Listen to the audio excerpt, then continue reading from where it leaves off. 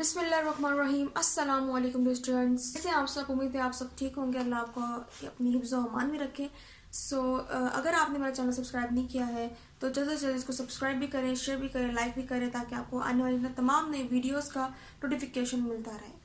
आज हम अपना टॉपिक नंबर 20.2 स्टार्ट करने जा रहे हैं। चैप्टर नंबर 20 का वजह Bohr's model of hydrogen atom. आज हम उसके सारे पोस्टुलेट्स जो हैं, जिसके हवाले से 3 पोस्टुलेट्स दिए गए हैं, उनको हम स्टडी करेंगे। तो सबसे पहले हम देख लेते हैं कि जो Bohr's model of hydrogen atom है, दरअसल एक हाइड्रोजन एटम का मॉडल प्रिपेयर किया गया था 1930 में। और आपको पता है कि रिडबर्ग्स की जो मैथमेटिकल फॉर्म थी, उसको देखते हुए, उसको मद्देनजर रखते हुए निल्स बोहर ने 1930 में हाइड्रोजन का एक मॉडल फॉर्मुलेट किया था। और उसने जो मॉडल फॉर्मुलेट किया था वो बेस्ड कर रहा था upon the classical theory and upon the quantum theory. Quantum theory थी जो प्लैंक की क्वांटम थ्योरी थी, उसके ऊपर भी क्या कर रहा था, बेस कर रहा था। अब इन दोनों थ्योरी के हिसाब से उसने एक हाइड्रोजन का मॉडल प्रिपेयर किया था, इसलिए हम इसको सेमी क्लासिकल थ्योरी भी कहते हैं। हम इसके हवाले से पोस्टुलेट्स जो है वो देख लेते हैं कि जो उसने हाइड्रोजन का मॉडल प्रिपेयर किया था, उसके हवाले से क्या पोस्टुलेट्स जो है वो मेंशन किए गए थे। फर्स्ट पोस्टुलेट कहता है कि an electron bound to the nucleus in an atom. कह रहे हैं कि एक इलेक्ट्रॉन जो कि एटम के अंदर जो न्यूक्लियस मौजूद है उसके साथ बाउंड है, can move around the nucleus. वो न्यूक्लियस के अराउंड मूव भी कर सकता है इन सर्टेन सर्कुलर ऑर्बिट्स, और एक स्पेसिफिक सर्कुलर ऑर्बिट्स में without radiating means without emitting energy.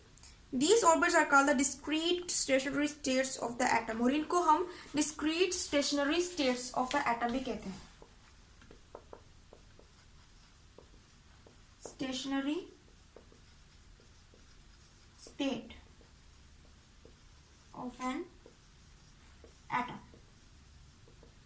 First postulate हम देख लेते हैं कि फर्स्ट पोस्टुलेट में हमें क्या कहा जा रहा है। हमें कहने कि हमारे पास जो भी इलेक्ट्रॉन मौजूद है फॉर एग्जांपल, और यहाँ पर हमारे पास जो न्यूक्लियस जो है वो मौजूद है। हम कह रहे हैं कि जो इलेक्ट्रॉन है वो न्यूक्लियस के साथ क्या हुआ है, बाउंड हुआ हुआ है। क्यों बाउंड हुआ हुआ है? आपको पता है न्यूक्लियस के अंदर प्रोटॉन और न्यूट्रॉन मौजूद है, और ओवरऑल प्रोटॉन जैसे कि पॉजिटिव है, इसलिए उसके ऊपर भी ओवरऑल पॉजिटिव चार्ज जो है वो होता है। तो इलेक्ट्रॉन नेगेटिव है और ये पॉजिटिव है, इसकी वजह से इलेक्ट्रोस्टैटिक फोर्स ऑफ अट्रैक्शन जो है वो डेवलप होती है, और इलेक्ट्रॉन न्यूक्लियस के साथ क्या होता है, अट्रैक्ट हो जाता है, और एक स्पेसिफिक सर्किट में अंदर ये क्या करता है, मूव करता है, रिवॉल्व करता है।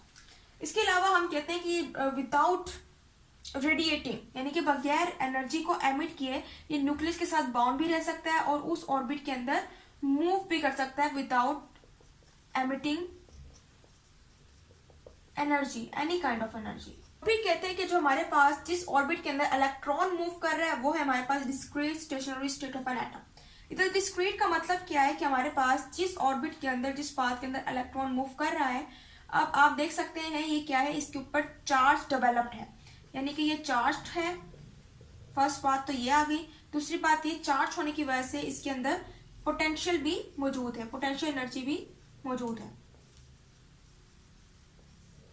ओके, तो इस वजह से हम इसको क्या कह रहे हैं कि हमारे पास डिस्क्रीट है। स्टेशनरी का मतलब क्या है? स्टेशनरी होता है साकिन, मीन्स के सेम स्टेट में मूव करना, यानी कि एक ही ऑर्बिट है, उसी के अंदर क्या करेगा, रिवॉल्व करता रहेगा। और ये हमारे पास क्या, discrete stationary state of an atom के इलेक्ट्रॉन जो है वो न्यूक्लियस के साथ बाउंड भी रहेगा, ऑर्बिट में रिवॉल्व भी करता रहेगा, और without emitting any kind of energy. ये था हमारे पास पोस्टुलेट नंबर 1।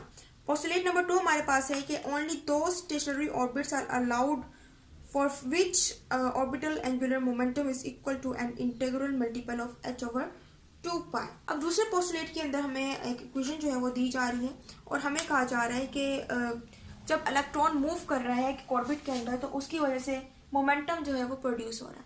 अब वो एंगुलर मोमेंटम जब तक integral multiple which is h over 2 pi के बराबर नहीं हो जाता, कोई भी इलेक्ट्रॉन उस ऑर्बिट के अंदर इजिली मूव या फिर रिवॉल्व नहीं कर सकता, उसका उधर रहना जो है वो इम्पॉसिबल हो जाता है। जैसा कि हम देख रहे हैं सेकंड पोस्टुलेट में कहा जा रहा है कि वही कंडीशन है कि इलेक्ट्रॉन न्यूक्लियस के साथ बाउंड है, ओके, लेकिन एक और कंडीशन आ रही है कि न्यूक्लियस कब तक इसके साथ बाउंड भी रहेगा और कब तक अपनी जो ऑर्बिट है इसका उसमें रिवॉल्व भी करता रहेगा, मूव भी करता रहेगा।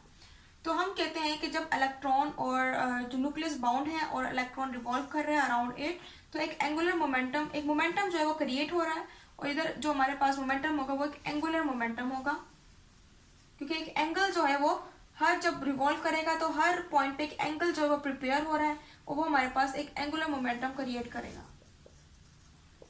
Which is MVR। ये हमारे पास होता है एंगुलर मोमेंटम।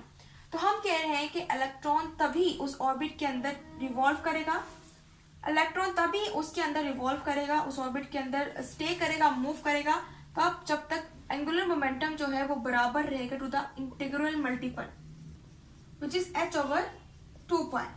तो अब हम देख लेते हैं कि हमारे पास एक इक्वेशन डेवलप हो रही है कि एंगुलर मोमेंटम का जरूरी है कि वो बराबर रहे इंटीग्रल मल्टीपल है विच इज h/2π। इंटीग्रल मल्टीपल के लिए हम यहाँ पर n जो है वो सिंबल यूज करते हैं कि इधर हमारे पास जो h है वो शो कर रहा है प्लैंक्स कांस्टेंट को। जो क्वांटम थ्योरी थी उसके अंदर उसने h को एज अ कांस्टेंट यूज किया था जिसकी वैल्यू थी 6.63 इंटू 10⁻⁻34 जूल सेकेंड। सो ये h की वैल्यू है और 2π के समेत ही हमारे पास एक पूरा जो है कांस्टेंट बनता है और ये हमारे पास इंटीग्रल मल्टीपल हो गया जिसको हम प्रिंसिपल क्वांटम नंबर भी कहते हैं क्योंकि ये डेवलप किया गया था into the Planck's quantum theory, तो ये प्रिंसिपल क्वांटम नंबर। सो जब ये एंगुलर मोमेंटम बराबर हो जाएगा दिस इंटीग्रल मल्टीपल के, तो वो एक ऐसी कंडीशन होगी जिसके अंदर जो इलेक्ट्रॉन है वो स्टेबल रहेगा, सेटिस्फाई रहेगा और न्यूक्लियस के साथ बाउंड भी रहेगा और इजीली अपने ऑर्बिट में मूव भी करता रहेगा। और अगर ऐसी कंडीशन नहीं होती, किसी वजह से एंगुलर मोमेंटम इसके बराबर नहीं आता, तो ये कंडीशन जो है वो इलेक्ट्रॉन पे अप्लाई नहीं होगी और फिर इलेक्ट्रॉन जो है या तो इधर से निकल जाएगा या फिर डिस्ट्रॉय हो जाएगा, लेकिन मूव नहीं कर पाएगा। पोस्टुलेट नंबर 3 की तरफ चलते हैं। कहते हैं कि whenever an electron makes a transition, transition means होता है कि आप एनर्जी गेन करते हैं या एनर्जी लूज करते हैं, जंप आउट करते हैं, अप करते हैं, फिर जंप नीचे की तरफ जंप करते हैं, ऊपर की तरफ जंप करते हैं। मीन्स कि jumps from high energy state En to a lower energy state Ep, a photon of energy hf is emitted so that hf is equal to En minus Ep। फिर से हमारे पास वही स्टेट है।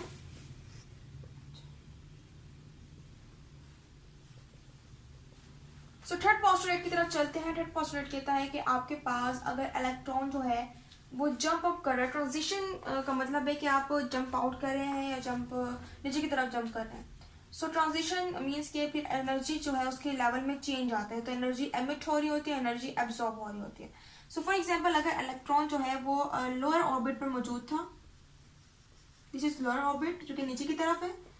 सो अगर lower orbit से ये jump करता हुआ जाता है जी हायर ऑर्बिट की तरफ, यानी कि यहाँ पे पहले इलेक्ट्रॉन मौजूद था, वो लोअर ऑर्बिट से जंप करके हायर ऑर्बिट की तरफ चला गया, तो इस दौरान जो एनर्जी हमारे पास होगी, इलेक्ट्रॉन क्या करेगा, उसको एब्जॉर्ब करेगा।